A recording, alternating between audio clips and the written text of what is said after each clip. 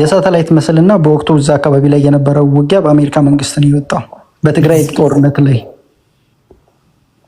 ያ የትግራይን ጦርነት የምትለው የኦሮሚያ ክልል የተደረገው ያልኩት ነው።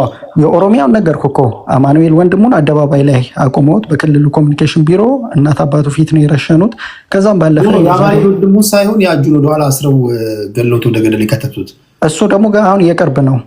አሁን በቅርብ እናት አባቱ እንዲሁም የገበያ ሰዎች ቁጭ ብለው ባሉበት ነው ያ ነገር የተደረገው። ከዛም ባለፈ እያየን የሰው ልጅ ክቡር የሆነ አስክሬን ከሞተ በኋላ በአህያ ሁሉ ሲጎተት ነው የነበረውና እንደነዚህ አይነት ሰዎች ነገ ወደፊት ሀገር እንደ ሀገርም ይሆን ሌላ መንግስት መጥቶ ሲቀጥል የሚቀጥል ተቋም ነው መከላከያ።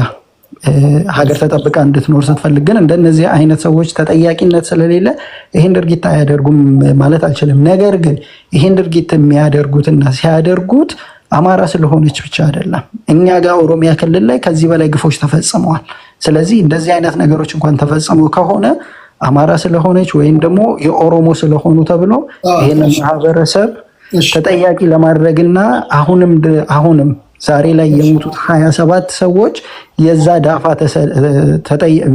ሰለባዎች ናቸውና እንደነዚህ አይነት ፕሮፓጋንዳዎች ተገቢ አይደሉም ለማለት ነው። ቴዲ የትጥቅ ትግል በጣም አስቸጋሪ የሚያደርገው ነገር በተለይም እንደ አፍሪካ በተለይም ደግሞ እንደ ኢትዮጵያ ባሉ ሀገሮች ታጣቂዎች ዜዶን ኬር ለህዝቡ ፋኖ ሆነው ኦነግ በለው የብልጽግና ሰራዊት በለው ቲፒኤልኤፍ በለው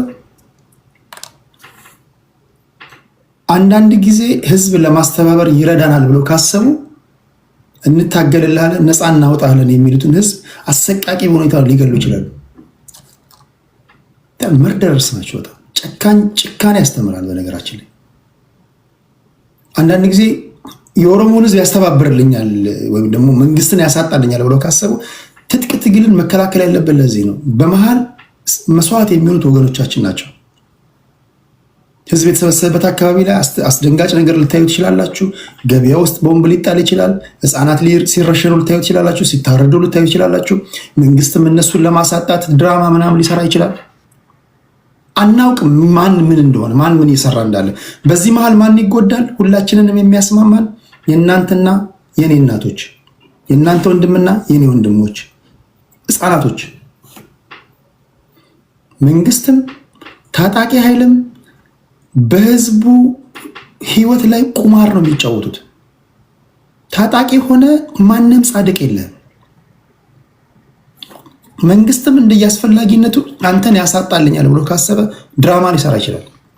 ስለዚህ በዚህ መሃል ማን ነው የሚጎዳው? ህዝቦች ይጎዳሉ። ለዛ ነው የትጥቅ ትግል በጣም ይሄ ታጣቂዎችን በተቻለ መጠን ወደ ሰላማዊ ትግል ወይም ደግሞ መንግስት ራሱ ተገዶ መንግስት ታጣቂ ኃይሎች ነፍጣቸውን አስቀምጠው ወደ ሰላማዊ ትግል መምጣት ባለባቸው ነገር ላይ የአንበሳውን ድርሻ መጫወት ያለበት መንግስት ነው። ነገም ከነገ ወዲያ ብዙ ድራማዎችን ታያላችሁ። ድራማው ማን እንደሰራ አታውቁም። ሲፈልግ የመንግስት ሰዎች ታጣቂዎች የሚለብሱትን ዩኒፎርም አስለብሶ ንጹሃን ዜጎችን እንትን ሊል ይችላል። ታጣቂዎች መንግስት የሚለብሱትን ወይም ደግሞ የመንግስት ወታደሮች የሚለብሱትን ወይም ደግሞ የሀገር መከላከያ ሰራዊት የሚለብሰውን ዩኒፎርም ለብሰው ወንጀል ሊሰሩ ይችላሉ። የሆነ ቦታ ላይ ካላቆምን ሰለባ የሚሆኑት ወገኖቻችን ናቸው ለማለት ያህል ነው። እና አስቸጋሪ ነው። ሁልጊዜ ዜጎች ተገደሉ ሲባል ከታጣቂዎች ወይም ደግሞ ከፖለቲከኞች አንደበት ማይጠፋ አንድ ንግግር አለ። ምላሳቸው ላይ ተከተቧት ገለልተኛ አካል ያጣራ ይላሉ። ገለልተኛ አካል የትኛው ነው? ገለልተኛ አካል ያጣራውን ጉዳይ ታችኋል። እኔ ገለልተኛ አካል አጣራ የተባለው እኔ አንድ ማስታወሰው በኢትዮጵያ ፖለቲካ ውስጥ ባለፉት 5-6 ዓመታት የበቴ ኡርጌሳን ጉዳይ በመንግስት የሚደገፈው ኢሰመኩ የተናገረውንና አማራ ክልል ላይ የተደረጉ አንዳንድ ግድያዎችን ኦሮሚያ ክልል ላይ የተደረጉና እነዚህ ሜንታል የሆኑ ሰዎችን መንግስት እየወሰደ ማጎሪያ ውስጥ እየከተተ ለውትድርና ይማግዳቸዋል የሚሉ ሪፖርቶች ካልሆኑ በስተቀር አሰቃቂ ግድያዎች ብዙ ጊዜ አናውቅም እንዴት እንደሆነ ማን ድራማ እንደሚሰራ።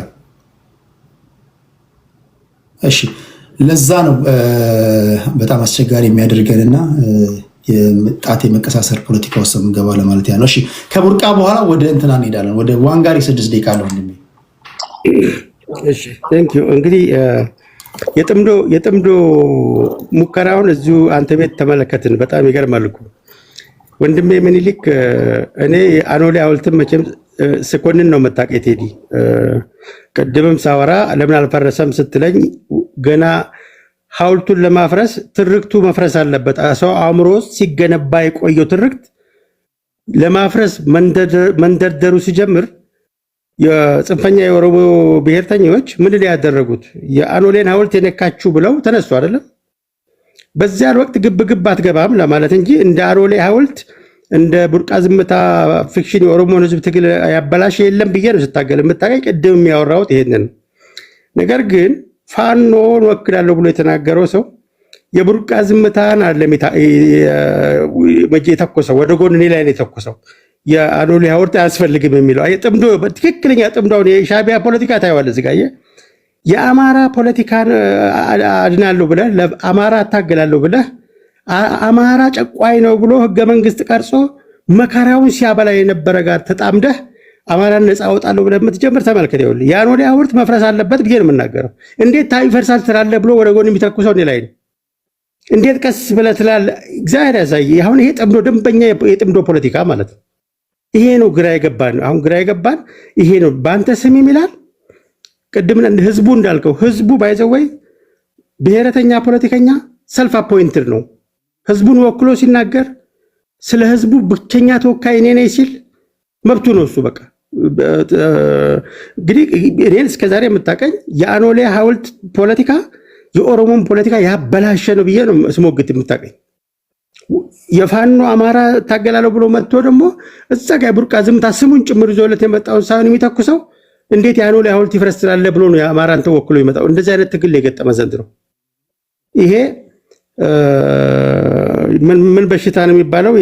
የደች በሽታ ነው የሚባለው፣ የምንፎቢያ ነው የሚባለው። አንድ ሀገር አለ ስሙ ጠፋኝ፣ ለና ከገዘችኝ አላውቅም። የምንፎቢያ ይባላል እንግዲህ አብረው ስትኖር ማለት ነው። ይሄ እንደዚህ አይነት ትግል ነው የገጠመው። ከእንደዚህ አይነት ትግል እንውጣ፣ ከእንደዚህ አይነት ትግል እንውጣ። ይሄ የሐሰት ትርክት ሁሉ ጊዜ የክላሽ ፖለቲካ መቆም አለበት። ሞኖፖሊ ቫዮለንስ የመንግስት ነው። ያ መንግስት ብትወደውም ባትወደውም ሞኖፖሊ ቫዮለንስ የመንግስት ነው። ያ መንግስት ሸፋፋ ጠማማ ሊሆን ይችላል፣ ዲሞክራት ሊሆን ይችላል፣ ንጉሳዊ ሊሆን ይችላል፣ ዲክታተር ሊሆን ይችላል። መንግስት ነው መሳሪያ በብቸኝነት የመጠቀም መብት ያለው። ልክ መሳሪያ ስታነሳ መብትን የምትሰጠው ለሱ። ይሄ አሁን ለምሳሌ የህልውና ትግል ብለህ ትጀምርና 16 ትንንሽ ሆነ እኔ ካልመራሁት የህልውና ትግሉን ራሱ አንተ ራስ የህልውና ትግል ታደርገዋል። የአማራን ህዝብ ትምህርት ቤት ትከለክላለህ። ትምህርት ቤት የሚመጣ ተማሪን መምህር ትገላለህ። አንበርክከህ ትነዳለህ። ይሄ አማራ ትግል ነው። ተመሳሳይ ነው የኦሮሞ ብሔርተኞች ውስጥ ያለው ጽንፈኛ ይቸገረን ነገር እንደዚህ አይነት ትግል ነው። በህዝቡ ስም ትምላለህ፣ ለህዝቡ ጠበቃ ነኝ ትላለህ፣ ሰልፍ አፖይንትድ ነህ። ለዛ ህዝብ የምትናገረው አንተ ያልከው ብቻ ነው ጀግና። እኛ ደግሞ ክላሽ አንስቶ ዋጋለው ያለን የማጀገን የረጅም ጊዜ ባህል አለን። ዴሞክራሲን በዚህ መልኩ ልንገነባ አንችልም። ይሄን እውነቱን ነው መነጋገር ያለብን። ወጣቶች ያቺ ገና ሮጣ ያልጠገበች ህፃን ልጅ ነፍሷን ይማር፣ የወላጆቹ መጽናናትን ይስጥልን። አላስፈላጊ አጦዛ ትግል ውስጥ ትከታለህ፣ ሲሞቱት መነገጃ ታደርጋቸዋለህ። ይሄ በተመሳሳይ በህወሓት ትግል ውስጥ የተመለከትነው ነው። ከእንደዚህ አይነት ፖለቲካ ካልወጣን ስልጣን ላይ ያለውን በክላሽ ገለብጣለሁ ብለህ ስትነሳ ሌጂቲሜሲ ነው እየሰጠኸው ያለው ለዛ ለምጠላው መንግስት። ይሄ አይደለም ትግሉ። ይሄን ስል በተለይ የአፍሪካ መንግስታቶችን ስልጣን ላይ ለማቆየት አብዛኛውን ጊዜ ሚና የሚጫወቱት ነፃ እናወጣለን የሚሉ ድርጅቶች እንደሆኑ በርካታ የዓለም ምሁራኖች የጻፉበት ጉዳይ ነው። በተጨባጭ አሁን እንደምናየው ጥምዶ ፈጥረህ ፋኖ፣ ኦነግ፣ ህወሓት እግዚአብሔር ያሳይ። እንደ ህወሓት እኮ በኦነግ ስም የኦሮሞ ልጅ የጨፈጨፈ የለም፣ የኦሮሞ ልጅ ያኮላሸ የለም። አሁን ከህወሓት ጋር ተጣምጄ እንግዲህ ኢማጂን የኦነግ ፖለቲካ ግልጽ ነው አይደለም? ፋኖ የሚለው ደግሞ ግልጽ ነው። ከሻዕቢያ ጋር ደግሞ ሄድከው የሻዕቢያ ጽምዶ ውስጥ ከገባ በኋላ ደግሞ እንደዚህ አይነት ዘግናኝ የሐውዜን ፖለቲካ አመጣ ነው። አማራ ክልል ውስጥ አመጣ ነው። ማህበረሰቡን ለማስነሳት በግፍ አስጨፍጨፈ። እኔ እንዲያውም የምፈራው አሁን በጅምላ በትምህርት ቤት መጨረስ ሊመጣ ይችላል። አማራ ክልል ውስጥ ልናይ እንችላለን። ይሄ ቲፒካል የሻዕቢያ ፖለቲካ ነው። ቲፒካል ፈጽሞ አብረው ሊሄዱ የማይችሉ ኃይሎች ይህንን ማህበረሰብ የአማራን ማህበረሰብ ማህበራዊ ረፍት እንነሳለን ብለው የአማራ ማህበረሰብ ማህበራዊ ረፍት ካልነሳን ነፃ እንወጣም ብለው ማኒፌስቶ ጽፈው ህገ መንግስት አርቀው መከራውን ሲያበሉት ሰው ከነሱ ጋር ተሰልፌ ጽምዶ ፈጥሬ አማራን ነፃ አወጣለሁ የሚል የአማራ ፋኖ ታጋይን የገጠመን ዘንድሮ ይሄ ትግል ነው። አሁንም በኦነግም ኦሮሞን ማህበረሰብ ዋጋ እያስበላ ያለው ይሄው ማህበረሰብ ነው። አማራ ሲከስ አሁን ከአማራ ጋር ተጣምጄ ደግሞ ኦሮሞን ነፃ አወጣለሁ የሚለው ጎበዝ። ከእንደዚህ አይነት አዙሪት ለመውጣት መወሰን መቻል አለብን። ጊዜው 21ኛው ክፍለ ዘመን ነው። የቡሌት ሳይሆን የባሉት የምርጫ ወቅት ነውና ይሄንን ፖለቲካ ማቆም አለብን። ሞኖፖሊ ቫዮለንስ የመንግስት ነው፣ እሱን እናክብር። መንግስት ዲሞክራሲያዊ እንዲሆን እኛም ዲሞክራሲያዊ ባህል ይኑረን። እኛው ጨካኝ ሆነን መንግስትን በጭካኔ ልንከሰው አንችልም። ቴንክ ዩ። እንግዲህ 130 ሚሊዮን ህዝብ ነን። በቆዳ ስፋትም በህዝብ ብዛትም ከኛ ያነሱ ሰዎች በዚህ ደረጃ የኢትዮጵያን ፖለቲካ የሚያምሱ ከሆነ በነገራችን ላይ በሪያሊዝም ቲዮሪ ብትሄዱ ለምሳሌ እኔ ኤርትራዊ ብሆን ከዚህ የተለየ አላደርግም። እነሱ ማድረግ ያለባቸው ነው የሚያደርጉት። ለምሳሌ የሻዕቢያ ደጋፊ ወይም የሻዕቢያ መንግስት ብትሆን በፖለቲካ ህግ ወይ በፖለቲካ ቋንቋ ይሄን ነው የምታደርገው። አጠገብ ያለው ጎረቤት ፈርጣማ እየሆነ የሚመጣ ከሆነና ለወደፊት ለህልውና ስጋት ከሆነ መጫወት በምትችለውና ተጫወታ ልታሸንፍ የምትችለውን የመጫወቻ ሜዳ ነው የምትመርጠው። እኔ ኤርትራዊ ብሆን ቋንቋውን እንደበላለቀው፣ ኢትዮጵያዊ ሰውን ደግሞ ምን ማድረግ እንዳለብኝ እኔ ነኝ የማውቀው። አሁን እነሱ ምን ማድረግ እንዳለባቸው ያውቃሉ። እኛ ምን ማድረግ እንዳለብን አናውቅም። ወይ እኛ ስለ ራሳችን የምንናገረውና ሆነናል የምንለው ይሄ ራሳችን አግዝፈን ምናምን የምንለው ውሸት ነው ማለት ነው። ገና እየተሰራን ያለን ገና መኖር ያልጀመረን ህዝቦች ነን ማለት ነው። ዝም ብሎ ሽለላ ቀረርቶ ምናምን የነፋን ማለት ነው እንጂ መሬት ላይ የረገጠ አንዳንድ ጊዜ እኮ ይገርማቸዋል። አንዳንድ ጊዜ በሀገራዊ ጉዳይ ላይ እንኳን ለመወያየት መሬት ላይ የረገጠ ኮንክሪት ላይ እንኳን የተመሰረተ እንኳን እንትን ይለን ለግርግር ጎበዝ ነው። ስለዚህ ያን እንደ አድቫንቴጅ ወስደውብናል። ማድረግ የሚገባቸውን እያደረጉ ነው። ገብቶ ፖለቲካችን ላይ እያመሱ የተጫወቱብን ከሆነ ያ ማድረግ ያለባቸውን የሚያደርጉት። እኛ ስለምንድን ነው ማድረግ ያለብንን ማድረግ የከበደን?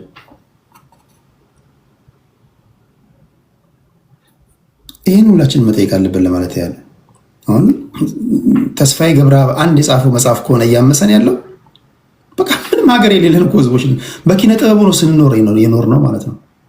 አንድ ተራ መጽሐፍ በቃ የሚያምሰን ከሆነ ማለት ነው። ሁለተኛ ህዝባችን ላይ አልሰራንም ማለት ነው። ህዝቡ የተነገረውን ብቻ ሰምቶ ማጭድ አንሳ ከተባለ ያነሳል፣ ዱላ አንሳ ከተባለ ሳያነሳ ነው የኖረው ማለት ነው። እያንዳንዳችንን ራሳችንን መጠየቅ አለብን። በዚህ ደረጃ ዝም ብለህ ትርክት ፈጥረህ የምታነሳው ህዝብ ካለን ለምን ብሎ የሚጠይቅ ህዝብ ከሌለን አልፈጠርንም አልሰራንበትም ማለት ነውና ወደፊትም እኛ እናልፋለን። ለልጆቻችንስ የምናወርሰው እንዴት ያለ ሀገር ነው? እንዴት ያለ ህዝብ ነው? ይህንንም ማውራት ስላለብን ነው። ቴንክ ዩ። ከዋንጋሪ በኋላ ወደ ሚኒሊክ ፋኖ እንሄዳለን። 6 ደቂቃ አለ ወንድሜ። አመሰግናለሁ ቴዲ። ያው ኢንትረስቲንግሊ ኢነፍ ዊ አር ኦልዌይስ አኪውዝድ ኦፍ ሃይዲንግ ፊታችንን ስለማናሳይ የሶሻል ሚዲያ ፌም እና ኮይን ኢንትረስት ስለሌለኝ ከዛ ባለፈ ደግሞ ህወሓት ለኦነጉ ብልጽግና የሰጠውም ዴታቤስ ውስጥ ስለሌለው በማምንበት ዓላማ እንደፈለግኩ ገብቼ መውጣት እችላለሁ። ይህንን ስል አይነው ድምፄ አሳልፎ ሊሰጠኝ እንደሚችል ግን with limited risk I will tell you that much። ወንድነት ፊት ማሳየት አይደለም። ወንድነት መሬት ላይ ወርዶ መስራት እንደሆነ ጠንቅቄ የተገነዘብኩ ግለሰብ ነኝ። ፊቴን ስለማላሳይ ደግሞ ኤርትራዊ የሚል አኪዜሽኖች ይመጣሉ። በጣም ያስቀኛል ይሄኛው። ፊት ማሳየት ፊት አይታችሁ ኤርትራዊና ኢትዮጵያዊ ወይ የምታውቁ ካላችሁ እስኪ we'll see about that። ብቻ ግን let me respond to a couple of things። የፋኖን ትግል በአማራ ህዝብ ላይ የሚደርሰውን አሰቃቂ ጭፍጨፋ እንዳልሆነ ነገር አድርገው ሲያወሩት የፋኖን ትግል ዝም ብሎ ህዝብን የማስጨረስ ትግል አድርገው አቃለው ሲያወሩት ከዛ በኋላ ደግሞ ኦነግና ብልጽግና ወይንም የአብይ አህመድ አገዛዝና ኦነግ የተለያዩ ኢንቲቲዎች እንደሆኑ አድርገው ሲያወሩ ትንሽ ያስቆኛል። ምክንያቱም with irrefutable evidence ልትከራከረው በማትችለው መልኩ አብይ አህመድም ኦነግነቱን በቃሉ ነግሮናል። ለኦነግ ባለስልጣናት ለኦነግ አመራሮች መረጃ ሲያቀብል እንደነበረ ነግሮናል። የኦነግ አይዲዮሎጂ ውስጥ ተወልዶ ያደገ የኦነግ ልጅ የህወሓት ልጅ እንደሆነ እናውቀዋለን። የብልጽግና መንግስትን ደግሞ ሳምሶረቭ ይሄ ከዘርጋ ተለይቶ የሆነ የፌደራል ገቨርንመንት ለማስመሰል የሚደረጉ ሙከራዎች አሉ። that's laughable በጣም የሚያስቅ ነገር ነው። የሚሊተሪ ኦፊሻሎችን ስም ዝርዝር ባለፈው ወንድማችን መጥቶ ማን እንደሆኑ ነግሮናል። ከኢትዮጵያ አየር መንገድ እስከ 4 ኪሎ መንገድ ድረስ ያለውን ስልጣን የፌዴራል ስልጣን ኢትዮጵያ ውስጥ ያለውን ሁሉ ማን እንደሚቆጣጠረው እናውቃለን። ይሄ ፌዴራሊዝም ኤትኒክ ፌዴራሊዝም ሳይሆን የኤትኒክ ፌዴራሊዝሙ የተረኝነት ፌዴራሊዝም ነው። አሁን ታንኩም ባንኩም በኦሮሞን እንወክላለን በሚሉ ሰዎች እጅ እንዳለ እናውቃለን። ከዛ ባለፈ ጥያቄ ልጠይቅህ። አማርኛ ቋንቋ በኢትዮጵያ በአምስቱም አቅጣጫ ይነገራል አይደል? yes በአማርኛ ቋንቋ ፖለቲካ የሚሰሩ በጣም ብዙ ኤሊቶች አሉ አይደል? አሉ። አማራ ብዙ ምሁራኖች አሉት፣ ብዙ ፖለቲከኞች አሉት፣ ብዙ የኪነ ጥበብ ሰዎች አሉት፣ ብዙ የስነ ጥበብ ሰዎች አሉት። ኦልሞስት አማርኛ ብቻ በመጠቀም ፖለቲካውን መቆጣጠር ይችላል። ታምናለህ? አማርኛ በመጠቀም ጸረ አማራ ትርክትም ተሰርቷል። አዎ፣ ግን የአንድ ባንክ ላድርገው ብትልም ደግሞ ሰፊ እድል ይሰጣል አማርኛ። አዎ ፖሲብሊ። እንዴት በልጠው ታንኩንም ባንኩንም ሊይዙ ቻሉ ታዲያ? አንተ ተረኝነት ነው እያልክ ጠዋት ማታ ተመሳሳይ ሙዚቃ ነው እያሰማ ያለው። እንዴት ልትበለጥ ቻልክ? የቱ ጋ ነው ማርሽ የቀየሩበት? ያው ሸዋሸዋ ቁማር ብለው በግልጽ ነግረውናል። በአዴኖች አልተቀየሩም። ሸዋሸዋ ከሰሩ አራዳ ናቸው። አንተ ፋራ ነህ ማለት ነው። it's not a personal thing አንተ ስትል በፖለቲካ ነው ያለው ህዝቡ ሳይሆን እነሱ በፖለቲከኞች ልውሰድ ካልኩኝ በፖለቲካው እነሱ አራዳ ሆነዋል፣ አንተ ፋራ ሆነሃል ማለት ነው። No, technically speaking የአማራን ፖለቲካ ፋራ ያደረገው ምን እንደሆነ ታውቃለህ? ኢትዮጵያ ብሎ መታለሉ ነው። because አብይ አህመድ ሲመጣ ስለ ኢትዮጵያ ምን ሲል እንደነበረ እናስታውሳለን። ዛሬ ዞሮ ምን እየሰራ እንደሆነ እናውቃለን። እነዚህ ኢትዮጵያ የሚፈልገውን ነገር ንገረው፣ ከዛ በኋላ የምትፈልገውን ነገር አርግበት ብሎም በመጽሐፉም ነግሮናል። የአማራው ኤሊት ተሸወደ የምትለኝ ከሆነ ኢትዮጵያ በሚለው አብይ አህመድ መጀመሪያ ላይ ተሸውዷል። እሱን እኮ አሁን ነገርከኝ እኮ ፋራ አደረጉ እኮ የሚባለው እኮ እሱ ነው። አሁን አንተን አማራ እንድትል አድርገው ካል እነሱ ኢትዮጵያ እያሉ ነው። ስለዚህ ፋራ የሆንክበትን ነገር ነው ተሸወድኩበት እያልክ ያለው። ቆይ አቁን እናወራ፣ በአንድ ነገር እንስማማ። ሰማይና ምድር ያልፋሉ እንጂ ኢትዮጵያን ካላልክ ማንም አታሸንፉም። ከቁጥቋጦ አትወጣም። እኔ ከመላሴ ፀጉር ይነቀል። ኢትዮጵያን ያላለ ፖለቲከኛ፣ ኢትዮጵያን ያለ ታጣቂ፣ ኢትዮጵያን ወደ ከፍታ ወስዳለሁ ከገባችበት ችግር አውጣለሁ ካላልክ ሰማይና ምድር ያልፋሉ፣ ከቁጥቋጦ ውስጥ ትርመሰመሳለህ እንጂ 1 ኢንች አትራመድም። ይካንት ፕሪቬል። ኦኬ፣ ይሄ ከሆነ እውነታው እንዴት ልታሸንፍ የምትችልበትን ነገር ከአንደበት ላይ ወስደው ልታሸንፍ የማትችልበትን ነገር አንደበት ላይ ያስቀምጣሉ? የተሰወረብህ ሚስጥር እኮ ይሄ ነው። ለምን ብልጽግና ሲመጣ ስለ ኢትዮጵያ ብሎ ነው የመጣው። ኢህአዴግ ሲመጣ ስለ ኢትዮጵያ ብሎ ነው የመጣው። ደርግም ሲጥላል አላንስ ፈጥሮ ደርግም ሲመጣ ኢትዮጵያ ትቅደም ብሎ ነው የመጣው። ጃንሆይን ሲያስወግድ የሶስተኛ ክፍለ ጦር ሰዎች መንግስቱ ኃይለማርያም ብላክቦርድ ላይ እኮ የጻፈው እኮ ኢትዮጵያ ትቅደም አለ። ከጥግ እስከ ጥግ በቃ አነሳሳ። መስከረም 2 ላይ ዶክመንተሪ ሰሩ። ጃንሆይን በክብር ሸኙ። አንድም የተቃወመ ሰው የለም። ደርግን ለመጣል እነ ኢዲዩ ዋግምራ ላይ እነ ቲፒኤልኤፍ እነ ሻዕቢያ አላንስ ፈጠሩ። ስለ ኢትዮጵያ ያሉ ደርግን አሽቀነጠሩ። አብይ አህመድ የበሻሻ ተወላጅ እነ ለማ መገርሳን አስከተለ። እናንተ ክልል ሄዱ፣ አነቃቃ ኢትዮጵያን። ከዚህ ከጥግ እስከ ጥግ ሰምተን የማናውቀውን ኢትዮጵያዊነትን ዜማ አንቆረቆሩልን። ስለ ኢትዮጵያ ሳይል ወደ ስልጣን የመጣ የለም። ናው የእናንተ ተራ ላይ ኢትዮጵያ ትላላችሁ ተብሎ ሲጠበቅ እናንተ አማራ አማራ እያላችሁ ነው። ቢንጎ ቁማር ተበልታል ማለት ነው። ቁማሩ ያለው ይሄ ነው። ስለዚህ ኢትዮጵያዊነትን በተሻለ መንገድ ስታቀነቅን ነው እንጂ ወደፊት መራመድ የምትችለው። አይ ኢትዮጵያዊነትን ያስበላኝ ብለህ ወደ ጎሬ ከገባ እንዴት ልታሸንፍ ትችላለህ? እስኪ አስረዳኝ። ኦኬ፣ ሁለት አይነት ኢትዮጵያ ስንት ደቂቃ አለኝ? 3 ደቂቃ እሰጥሃለሁ። 3 ደቂቃ። ኦኬ፣ ሁለት አይነት ኢትዮጵያዊነቶች አሉ። የህወሓትና የኦነግ አይነት ኢትዮጵያዊነቶች አሉ። ትክክለኛው ኢትዮጵያዊነት አለ። ልዩነታቸው ይሄ ነው። ትክክለኛው ኢትዮጵያዊነት ኢትዮጵያ የኢትዮጵያኖች ነች ብሎ ያምናል። ኢትዮጵያን እንደ ሀገር ማፈራረስ አይፈልግም። ኢትዮጵያ የምትባለው ሀገር ውስጥ ሁሉም ዜጋ እኩል መብት አለው ብሎ ያምናል። ኢትዮጵያ ውስጥ ማንም ሰው በፈለገው ቦታ መኖር መስራት ይችላል። ቋንቋውን መከልከልም ማፈንም አይችልም ብሎ ያምናል። ይሄ ትክክለኛው ኢትዮጵያዊ ነው። ፌኩ ኢትዮጵያዊ ደግሞ እንደነ መለስ ዜናዊ አይነትና እንደ ህወሓት እንደነ አብይ አህመድ አይነት የዘር አጀንዳ ይዞ አድጎ ልክ ስልጣን ሲይዝ ኢትዮጵያዊ የሚሆን ኢትዮጵያዊና ኢትዮጵያ እያለህም ቢሆን ግን የሚሰራው ለዘሩና ኢትዮጵያን ለማፈራረስ የራሱን ዘር የበላይ ለማድረግ እንጂ እውነት ኢትዮጵያን የበላይ ለማድረግ አይደለም። ይሄ ደግሞ ግልጽ ነው። የጫካ ፕሮጀክት፣ የአዲስ አበባን አንቆ አማራን የማስወጣት ፕሮጀክቶች ከፌዴራል መንግስት እስከ ክልል መንግስት ኢትዮጵያ ብለው የገቡት ሰዎች ጸረ አማራ አጀንዳቸውን ጸረ ኢትዮጵያ አጀንዳቸውንም በአዳቅለው ሲሰሩ እያየን ነው። አሁን ኢትዮጵያ ቢሉን እነሱ ኢትዮጵያ የሚለውን ባንዲራ ማየት የማይፈልጉ ሰዎች እንደሆኑ እያወቅን የምር ኢትዮጵያውያኖች ብለን የምንታለል ከሆነ ሞኝነት ነው። የአማራው ኢትዮጵያዊነት ደግሞ አሁንም በፋኖ ትግል ውስጥም አማራ ህልውና አደጋ አለበት እታገላለሁ አለ እንጂ አማራ ፋኖ የትም ቦታ ላይ ኢትዮጵያን አፈርሳለሁ እገነጠላለሁ አላለም። አማራ አሳልፎ የሰጠው ኢትዮጵያዊነት የለም። በምንም መስፈርት ብትወስደው አማራ ኢትዮጵያዊነቱን አሳልፎ አልሰጠም። ለአማራን እኔ በአማራነቴ ሳልኖር ኢትዮጵያ የምትባል ሀገር ልትኖር ስለማትችል ላስቀጥላትም ስለማልችል መጀመሪያ የኔን የራሴን ህልውና ላስከብርና ከዛ ለኢትዮጵያ ደርስላታለሁ ብሎ የሚያስብ ህዝብ ነው።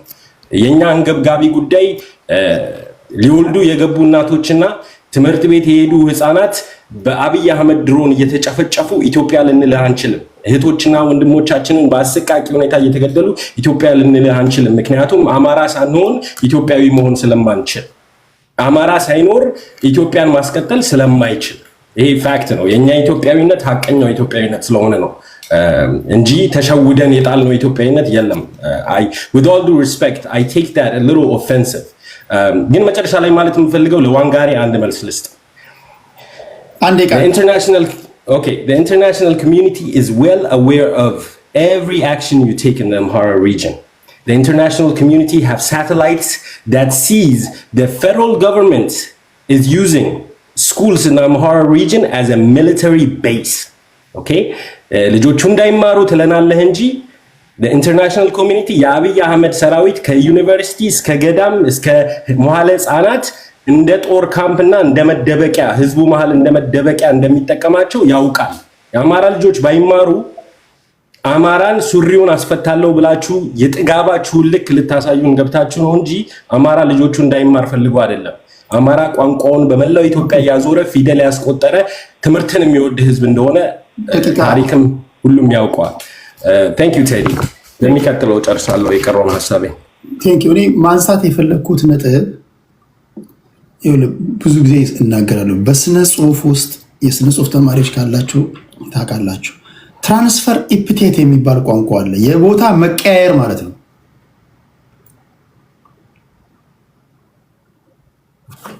አሳይቶ መንሳት ይሉታል፣ ወይም ደግሞ በከተሜ ቋንቋ ዋቴ ተሰርተሃል። ዋቴ ከተሰራ ምኑ ጋር ነው ዋቴ የተሰራውት ብለህ እንትን በል፣ ችክል አትበል።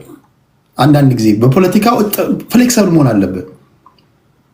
የፖለቲከኛ ተቀዳሚ ተግባሩ እንዴት ነው ላሸንፍ የምችለው? ይሄ የኔ መጫወቻ ሜዳ ነው። የኔ መጫወቻ ሜዳ ምንድነው? በእጅ ያሉ አድቫንቴጆች ምንድን ናቸው? ኦኬ ቋንቋ አለ፣ ሙዚቃው አለ፣ ስነ ጥበቡ አለ፣ ፖለቲካ ተናጋሪዎች አሉ። ኦኬ እንዴት ነው ምናምን ብለን የማታስበው እንጂ አሁን ባለበት መንገድ ልታሸንፍ የምትችል ከሆነ ኦኬ አንተ ነው የምታውቀው። ግን ጥያቄ ደግሞ የምጠይቅህ እኔ አሁን ባለበት ሁኔታ ልታሸንፍ ትችላለህ ወይ ነው። አሸንፋለሁ ካልክ መብቱ ያንተ ነው። በተረፈ የኦሮሞ ፖለቲካ ሊታይ በሚችል ደረጃ ይሄን በቃ ይሄን አይነ ካላየና ይሄንን በቃ አይነ ካላየ ወይ ንፉግነት ነው። በፖለቲካ በኢኮኖሚ በሁሉም መስክ የሚታይ እድገትና ለውጥ እያሳየ ነው። ቢቻል ከነሱ የሆነ ነገር አይተ መንፈሳዊ ቅናት ነው ሊያድርብህ የሚገባው። እንደ ፖለቲከኛ ነው እያልኩ ያለሁት። እንደምን በ7 ዓመት ውስጥ በዚህ ደረጃ ጋፕ ሊኖር ይችላል? አንዳንድ ጊዜ ቆመ መመርመር አለብህ።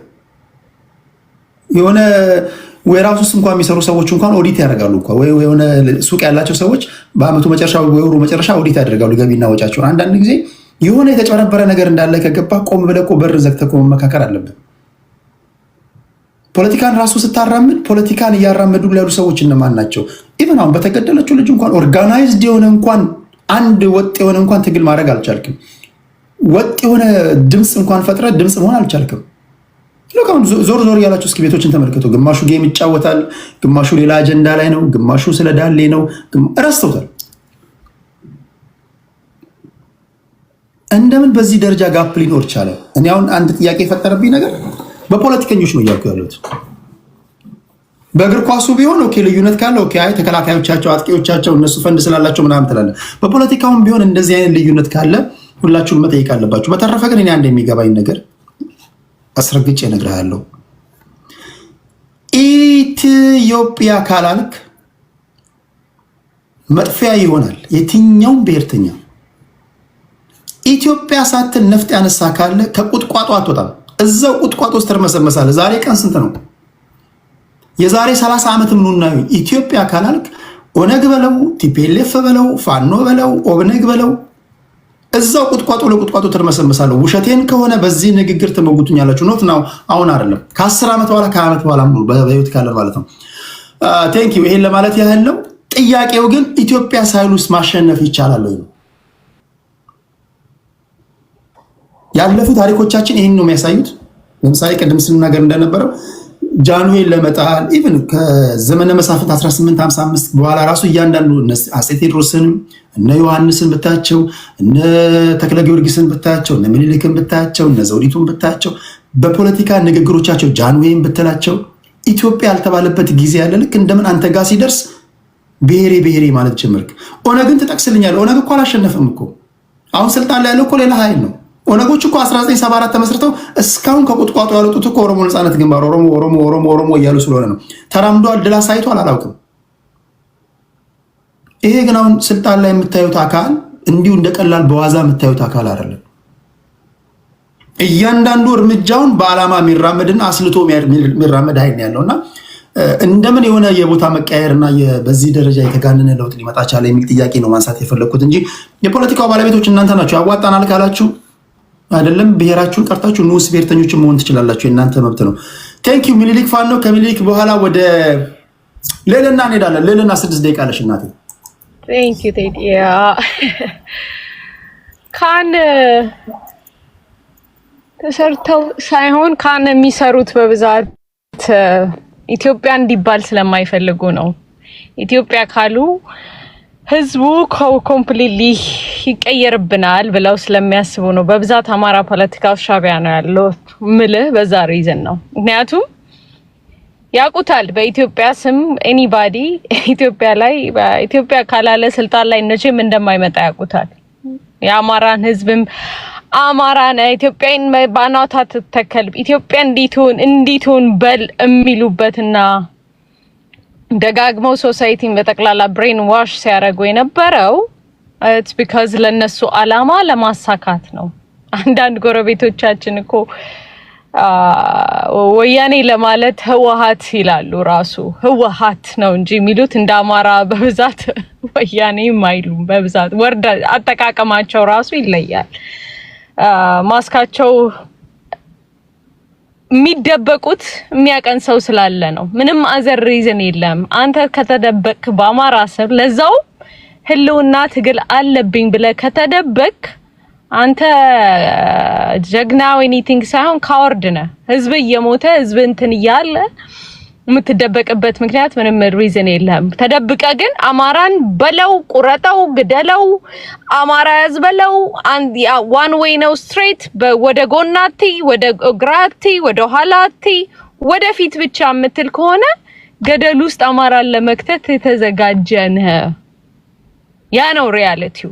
እኔ የፈለገ ብትለይ ልቀበላቸው ማልችለው በዚህ ሶሻል ሚዲያ ላይ ያሉትን በዛ ምክንያት ነው። አንድ ዌይ ስትሬት ስተት የሚባል የለህም። ኢትዮጵያን ጠልተ እንዴት አድርገህ ነው ኢትዮጵያ ላይ ስራ የምትይዘው? ኢትዮጵያ ብሎ ራሱ አብይ አህመድ ሸጠልኝ ፖለቲካ ደገፍኩት እያልክ at the same time ላይ ኢትዮጵያን አልፈልጋትም ብለህ it just doesn't make sense። አይተህ ከሆነ ኔጎሺዬሽን ቢባል ነው የሚሉት ቴዲ እንዴ wait a second ኔጎሺዬት እኮ የምታደርገው በነፈት አግኝተህበት እኮ ነው ወይ ያለህበት እንትን ይወስነዋል። ግን ትክክል የሚመልስልህና አገርን የሚያድንልህ ያንተን ጥያቄ የሚመልስልህ ኤኒቲንግ ሆነ ለምን ትቃወመዋለህ? ለፖለቲካል ሴክ እንኳን ብለህ ምንም አይደለም እሰማለሁ ነው የምትለው። እስቲ ልስማው በምን አይነት መንገድ የሚለውን ነገር ልስማ ትላለህ። አማራ የሆነ ሰው ኢትዮጵያ የሆነ ሰው ምክንያቱም ያ ህዝብ ስቲል ኢትዮጵያን ይወዳል። ማህበረሰቡ ምን አይነት ባህሪ ያለው ብትለኝ እኔ ስቲል አውል በት ማይ ላይፍ ኦን ኢት ከሶስቱም አቅጣጫ እንደምሰማው ስቲል እንዴ ሀገሬማ ከመጣ የፈለገ ነገር ይመጣታል ነው የሚለው። at the same time ላይ ከክልሉ ውጪ ተገሎ ይሄንን ትግል ላይ ገባው ብለ ክልሉ ውስጥ ማአትርም ሀፕን ያደርጋል። ህዝብ ይገደላል። ያ ህዝብ against them እየተሆነ ያዩ ራሱ ህዝብ እየተነሳባቸው ያዩ እንኳን አላየንም ብለው ኮምፕሊትሊ ኢግኖር ያደርጉታል። ቴዲ ሰላማዊ ሰልፍ ላይ ወጥተው የዩጋንዳ የኮንጎ ላይ ሀፕን ያደረገ ፒክቸር ለጥፈው ሰላማዊ ሰልፍ ዩኬ እንትን ላይ አይቻለሁ ሰሞኑ። how do you go to የስቴት ዲፓርትመንት እንትናቸው ላይ ዩጋንዳ ውስጥ ሀፕን ያደረገ ነገር ለጥፈ እንዲያምኑ ነው ወይስ የአማራን ስም ለማጥፋት ነው? ኤኒቲንግ እዛ ላይ ኮንተንት የሚያደርጉት ምን እንደናቸው ምን አይነት ነገሮች ነው የሚለጥፉት ምን አይነት ናቸው ኤቪደንስ ብለው የሚያያቸው ነገሮች አሉ። የአማራን ስም ሄደ እዛ ሰላማዊ ሰልፍ ላይ ኔም ኦፍ ኢት የምትለጥፍ ከሆነ አንተ የአማራን ስም እያበላሸ ነው። you don't care ለምን ኮዙን ብቻ ነው የምትፈልገው። ማነሳሻ ህዝቡን ሞቢላይዝ ለማድረግ ነው እንጂ የምትፈልገው you don't have a cause ማለት ነው። ህዝብ እንደዛ እየታረደ እነፍ ታርዷል እኮ አማራ ህዝብ አይደል? ፖለቲካሊ አታክ ተፈልጎ ግን የተደረገበት ምክንያት አማራ መንግስትን ይደግፍ ስለነበረ በዛን ሰዓት ላይ አማራ መንግስት ላይ እንዲነሳ ነው።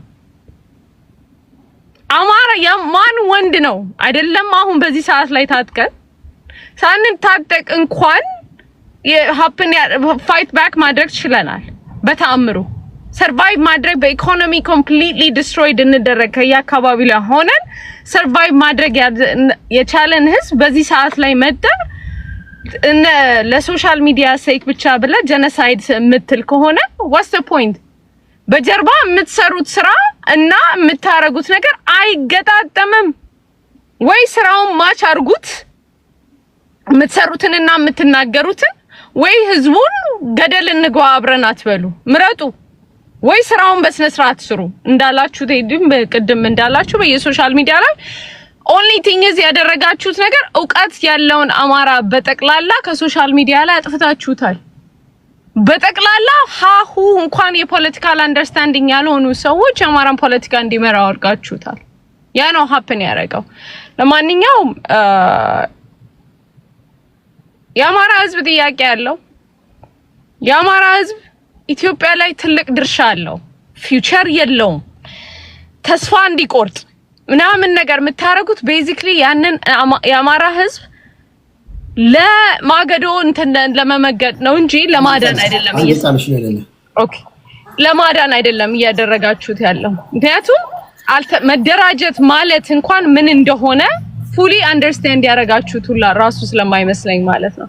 at the same time ላይ ደግሞ በውስጣችሁ ያለውን ሻቢያ ነኝ ብሎ ባይላችሁ በአማራ ስም የሚሰሩትን ስራ እንኳን ለመለየት ሞክሩ። የትኛው ነው ጥቅም፣ በየትኛው መንገድ በሄድ ይሻላል፣ በየትኛው መንገድ ይሻላል ብላችሁ ልዩነቱን ለማየት ሞክሩ ነው ምለው ቴዲ። ቴንክ ዩ ልልና ክብራትና ክብራን። በቀጥለው ደግሞ የምናልፈው ወደ ስዩም ነው። ስዩሜ እንኳን ደህና መጣ። 6 ደቂቃ አለው እንደምን። አመሰግናለሁ ቴዲ፣ እንኳን ደህና ቆየኝ። የመጀመሪያው አብይ በ7 ዓመት ጊዜ ውስጥ ለአንድ እንኳን ጋዜጠኛ ቃለ መጠየቅ ያልሰጠ ትልቅ መድረክ ዩናይትድ ኔሽን መድረክ ብዙ የዓለም ሀገራት መንግስታት ይመጣሉ፣ ብዙ የዲፕሎማሲ ስራ የሚሰራበት መድረክን የማይገኝ በአጠቃላይ ጥያቄና ሙግትን የሚፈራ ኢትዮጵያን ከፍ ማድረግ ሲገባው ወደ አዝቅጥ እያወረደ ያለ ሰው ነው። ሂዝ ኤ ፓቶሎጂካል ላየር። ቅድም ፖለቲካ በልጠዋል ያልከው ስናት። ምክንያቱም የፖለቲከኞች ሊዋሹ ይችላሉ፣ ግን ኢትዮጵያን ሲሉ አሰባስባለሁ ሲሉ ታመነ። አብይ አህመድ ስልጣን ላይ ከወጣ በኋላ ኦልሞስት 2 ዓመት እስከሚሆነው ድረስ ኢቭን የተሳሳተ ንግግር ሲናገር ኢትዮጵያውያኖች እያስተካከሉለት ነበር የሚያደምጡት። ለምን? ትልቅ እምነት ስለነበራቸው። ሶ ሂዝ ኤ ፓቶሎጂካል ላየር፣ አጭበርባሪ ነው። ህዝቡ ለምን ተሞኘህ ብለህ ከምትጠይቅ ለምን አጭበረበርክ ብሎ አጭበርባሪውን መጠየቅ ነው ቀላል። ካላመንክማ ነገም ሌላ ይመጣል እኮ። የግድ አምነት ሰጣለህ፣ ታንኩም ገንዘቡም ከያዘ በኋላ። ምክንያቱም ብድር ከኛ በስማችን ይበደራል፣ እርዳታ በስማችን ያገኛል። የሀገራችን ሀብትና ንብረት በእጁ ነው ያለው። አት ዘ ሴም ታይም ሪሶርሶቹን እንደፈለገ ይሸጣል። ሰው የዛኔ ተጠያቂነት ወደ መንግስት ጋር ነው እንጂ ህዝቡማ ምን ያድርግ? ምንም የለውም። ወደ ትግሉ ይመለሳል። አሁን የምታየው ትግል ያ ነው። ሌላው ከአማራ ህዝብ ጋር በተያያዘ አሁን የተነሳው አማራ ኢትዮጵያዊነትን ጠልቶ አያውቅም። ግለሰቦች የተለያየ አመለካከት ሊኖራቸው ይችላል። ኢቭን ፋኖ ኢትዮጵያዊነትን እጠላለሁ ሲል ሰምቼው አላውቅም። ኤግዚስተንሻል ትሬት አለብኝ።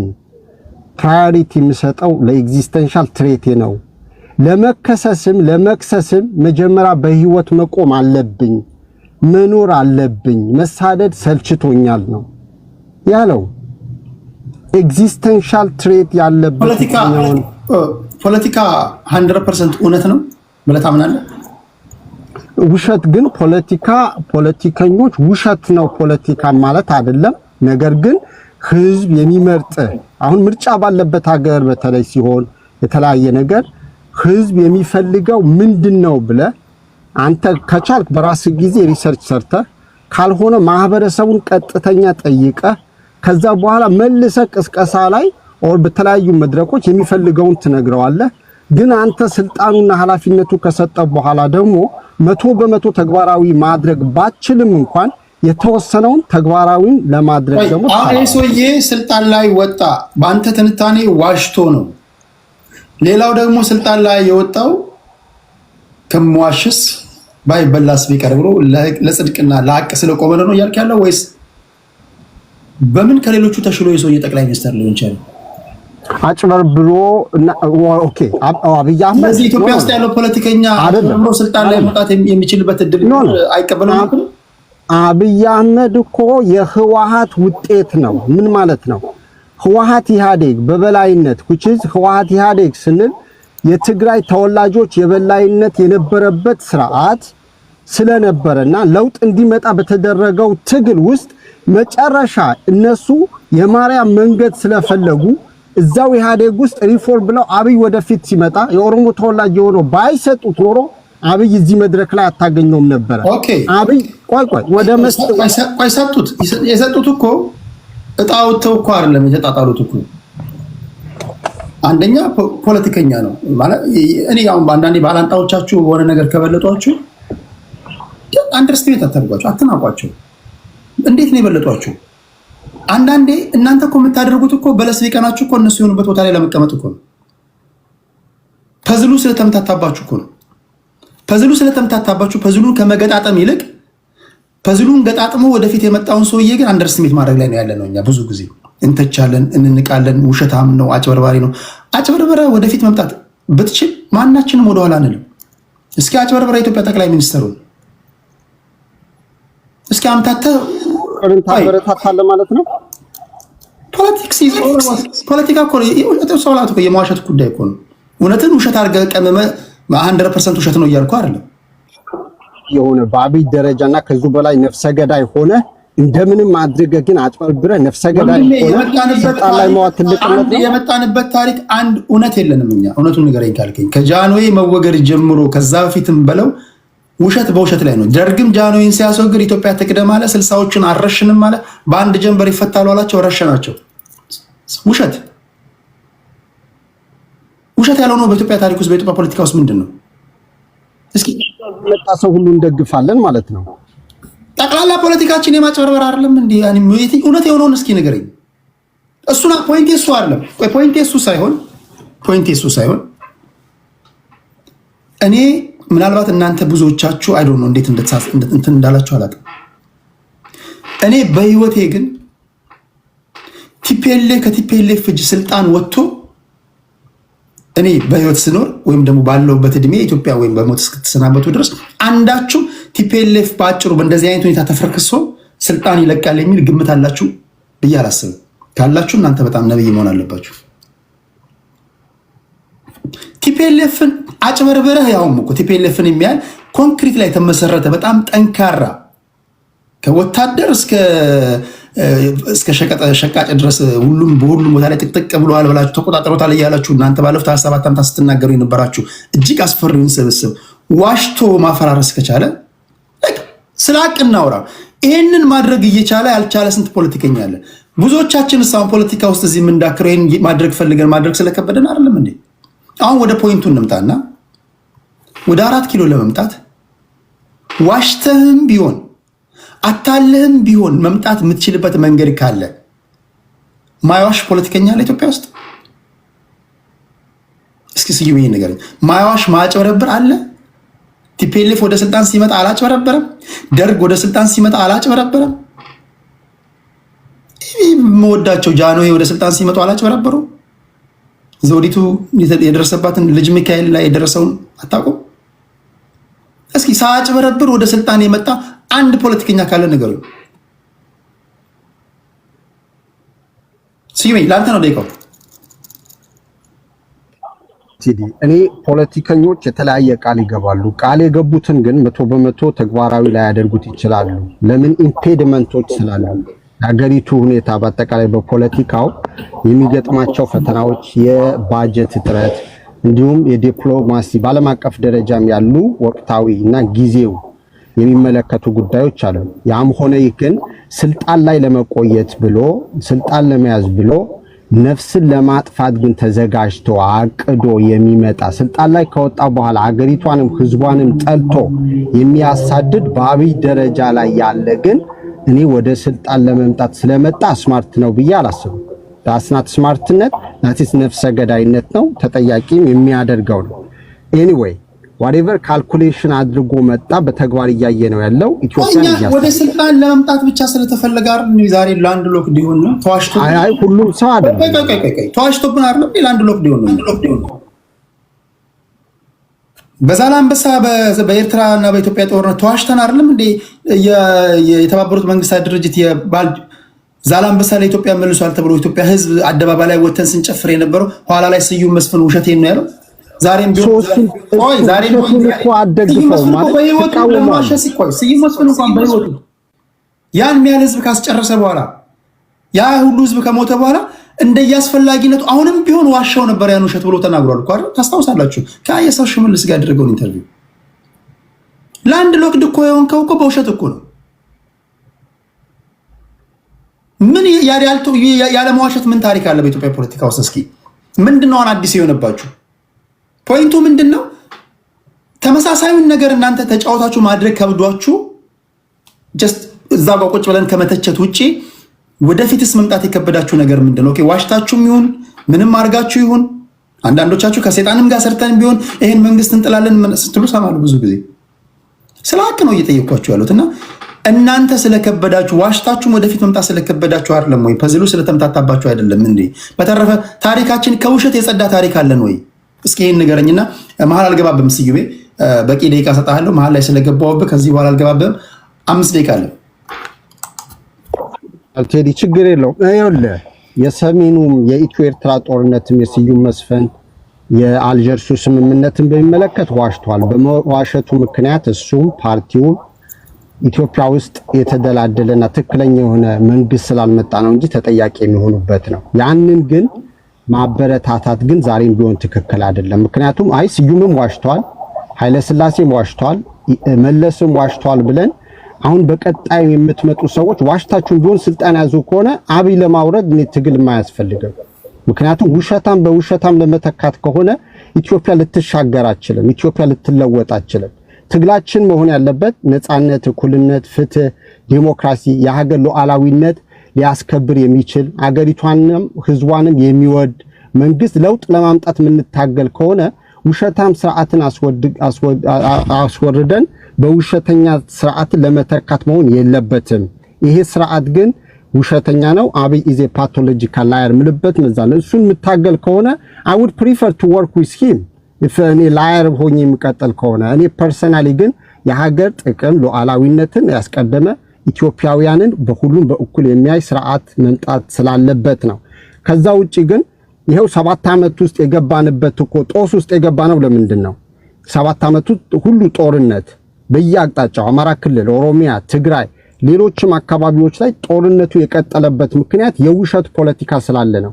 ትግላችን መሆን ያለበት የውሸት ፖለቲካ ማቆም አለብን። ያ ማለት ግን 100% ፖለቲከኞች እውነት ያወራሉ ማለት አይደለም።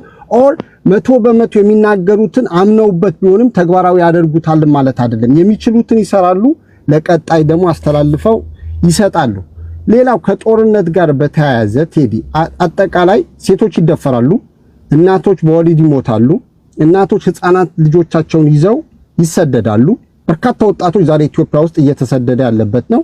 ሌላው ኢትዮጵያውያን ወጣቶች በመከላከያም በተቃዋሚ ፓርቲ በምንድነው ነፍጥ ያነገቡ ጫካ ላይ ካሉትም ጋር በመዋጋት ወጣቶች ዛሬ እያለቁ ነው።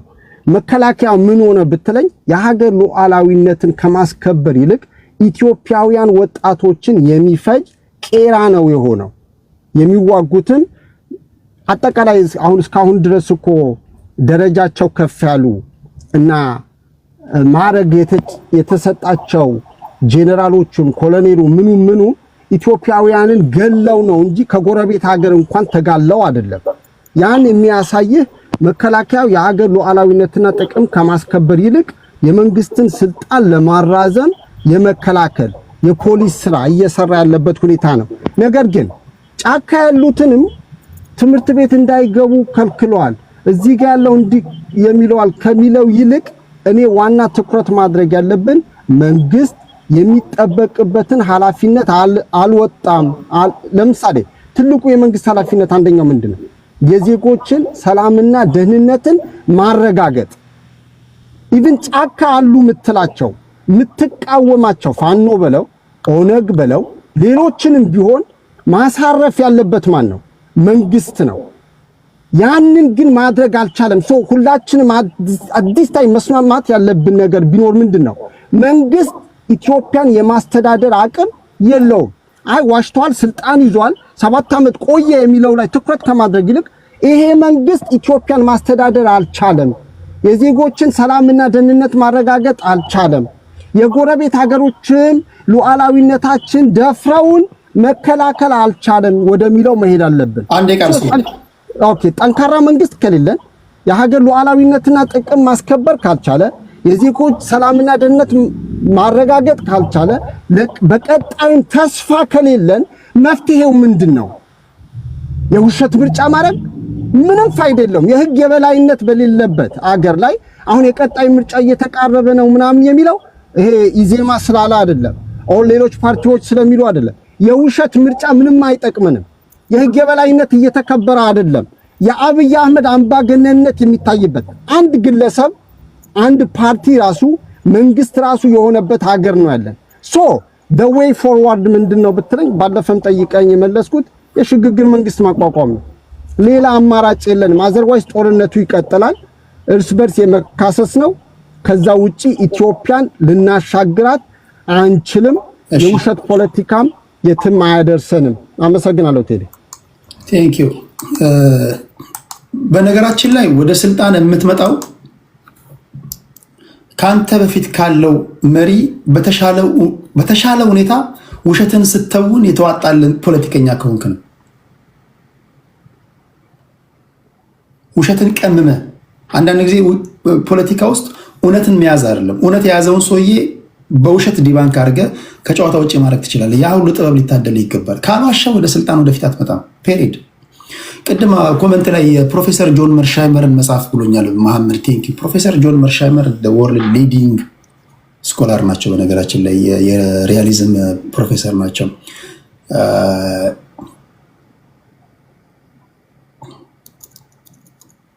ዋይ ሊደርስ ላይ የሚል መጽሐፍ አላቸው እና ሊደሮች ይዋሻሉ ለሁለት ዓላማ። የመጀመሪያ ፎር the benefit of the people and the second is to benefit themselves። ትዋሻል እንደየአስፈላጊነቱ። የምትዋሻው ለምንድን ነው? የእግዚአብሔር ቃል ወይ መጽሐፍ ቅዱስ አይደለም የሚያስከው። ውሸትን ሁሉም ታጣቂ ውሸተኛ ነው። ገዢው ፓርቲ ላሉ ሰዎች ውሸታሞች ናቸው። ሁሉም ፖለቲከኛ ይዋሻል። የህዝብ ተወካዮች ምክር ቤት የሚገባው ይዋሻል። የትኛው የህዝብ ተወካዮች ምክር ቤት የገባው ፖለቲከኛ ነው በየ5 ዓመቱ በሚደረግ ምርጫ ቃል የገባውን ሲያደርግ ያየው? ከቀበሌ ሊቀመንበሩ አዋሽም? የዞን አስተዳዳሪው አዋሽም? ካልዋሸህማ ታዲያ ለምንድን ነው የምትታገለው? ዋሽተኛል ብለህ መሰለኝ የምትታገለው። አንተ የእሱን የመጫወቻ ቦታ የምትይዘው ከሱ በተሻለ ሁኔታ ስትዋሽ ነው። አብይ ውሸታም ነው ካልከኝ ጎበዝ ፖለቲከኛ ነው ማለት ነው። ከህወሓት እጅ ፈልቅቆ ወስዷል ስልጣን። አንተ ሁላችን ማድረግ እንፈልጋለን። ማድረግ ማይፈልጋለን ተምታቶብህን እንጂ ማድረግ አትፈልጉ። ሁሉም ሰው ማድረግ ይፈልጋል እኮ። ስለተምታታባችሁ መሰለኝ በየቁጥቋጦ መስዋዕት አይደል የምንታገለው የምንታቆሰው እንጂ የምትታገለው መጽሐፍ ቅዱስ ይዘህ ነው እንዴ? የማቴዎስ ወንጌል እንዲህ ይላል በምናምን እያልክ ነው እንዴ የምትታገለው? ውሸት አይደል ያዝከው? የምትገነጠለው በውሸት አይደለም እንዴ? ስገነጠል ሲንጋፖር አደርጋቸዋለሁ እያልክ አይደል እንዴ? ክልል የምትሆነው በውሸት አይደለም እንዴ? ሲንጋፖር አደርጋቸዋለሁ እያልክ ምንድን ነው የምናወራው? ከሪያሊቲው ጋር አይምታታብን። ስለዚህ በተለይ ለባላንጣዎቹ የምትሰጡት ቦታ አንደርስቲሜት እናደርጋለን። ብዙ ጊዜ ከፍተኛ የሆነ ንቀት አለብን። ንቀት ሲሉ ደግሞ ንቀት ኖርማል ንቀት አይደለም። ኢትዮጵያ ምድር ላይ እኛ ኢትዮጵያ ኖረናል፣ ሁላችንም ኖረናል። ኢትዮጵያ ውስጥ የተዋጣል ውሸታም ቀበሌው አገር ምድሩ ፀሐይ የሞቀ ውሸታም ካልሆንክ የቀበሌ ሊቀመንበር መሆን ከባድ ነው። እስከ ይመስለኝ ነገር ዓለማችን ሁሉ በውሸት የተገነባ ነው። ቴዲ ግን በውሸትነት ተስማምተናል።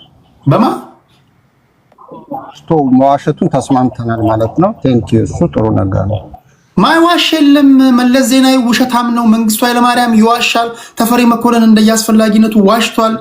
ሚኒሊክ ዋሽቷል። ልጅ ኢያሱ ይዋሻል። 3 ዓመት ምንም እንኳን 3 ዓመት ቢያስተዳድርም ምንድን ነው የምናወራው? ትንሽ ፊት ለፊት ተናጋሪ ሞክሼ ቴዲ ነው። አፄ ቴዎድሮስ ነው። አፄ ቴዎድሮስ ነው ማያዋሽው። እኔ እንግዲህ ከማውቀው በኢትዮጵያ ታሪክ ምንም ማዋሽም። ስትሰርቅ ካገኘ እጅን ቆርጣል ይላል። እጅን ይቆርጣል። እኔ እስከማውቀው ድረስ አብዛኛው ውሸታም ነው። ያልዋሻ መሪ አለ? ኃይለማርያም ይዋሻል። አማራ ክልል ላይ ኦሮሞ ክልል ላይ በተደረገው የትላንት ወዲያ ታሪክ ልንገራችሁ።